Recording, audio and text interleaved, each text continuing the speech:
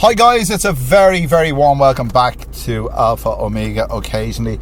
Just setting out, this video by the way isn't about driving, but I happen to be driving up to Clonglawan Pontutini to pick up the wife, her mother. If you watched the video last week about this, the wife, her mother, my brother-in-law and his wife and their kid, they're up in Clonglawan Pontutini. I'm driving up there now from Bangkok. My wife spent the night up there. I didn't, because I had stuff to do for the big picture El Panorama. But basically, one second. This video, you won't believe it. You won't believe what I'm going to tell you. You just won't believe what I'm going to tell you. And I want you to tell me if you think that I'm wrong. My son is 6 years old, and he's in a Thai school because we live in Thailand. He's a school in Thailand, let's say. And you see, we pay. It's a private school. We pay for the privilege. Now, I'm not negatively criticising the school. Absolutely not. It's a wonderful school. They do a great job. They're great facilities, great resources, all the rest of it. But what I'm pissed off about is what the feedback I got from, will I say the school or a particular teacher?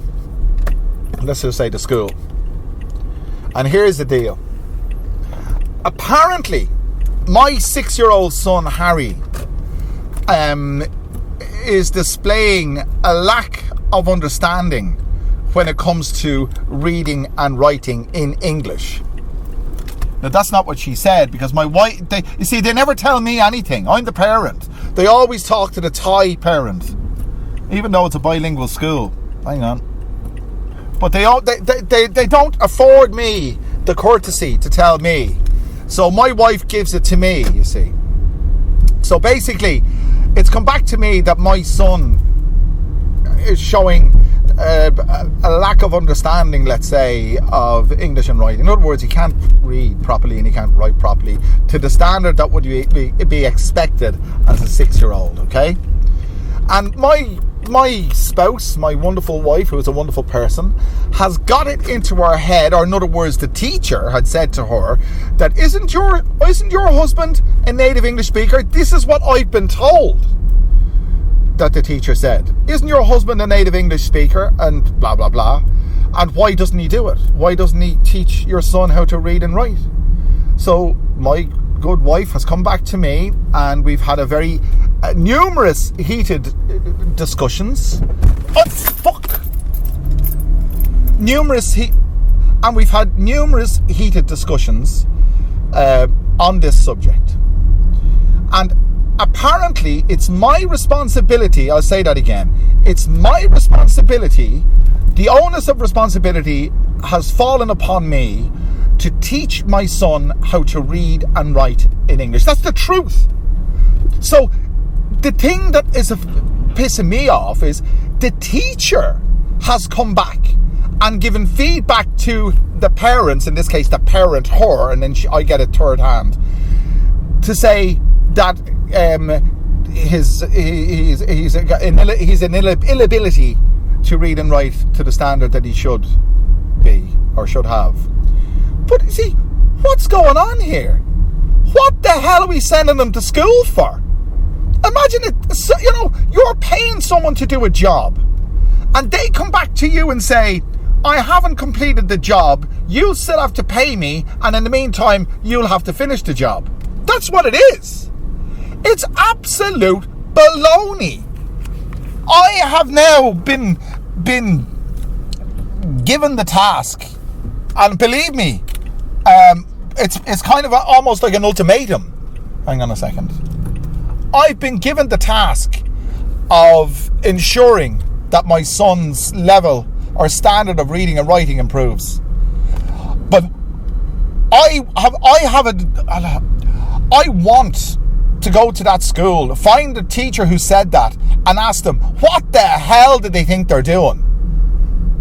Coming back to me to tell me that the job that they're being paid to do, they haven't done it, or they have problems doing it, and therefore I have to row in their support. Now, I don't mind, at the end of the day, a child learns 80% 80% of a child's education comes from the home.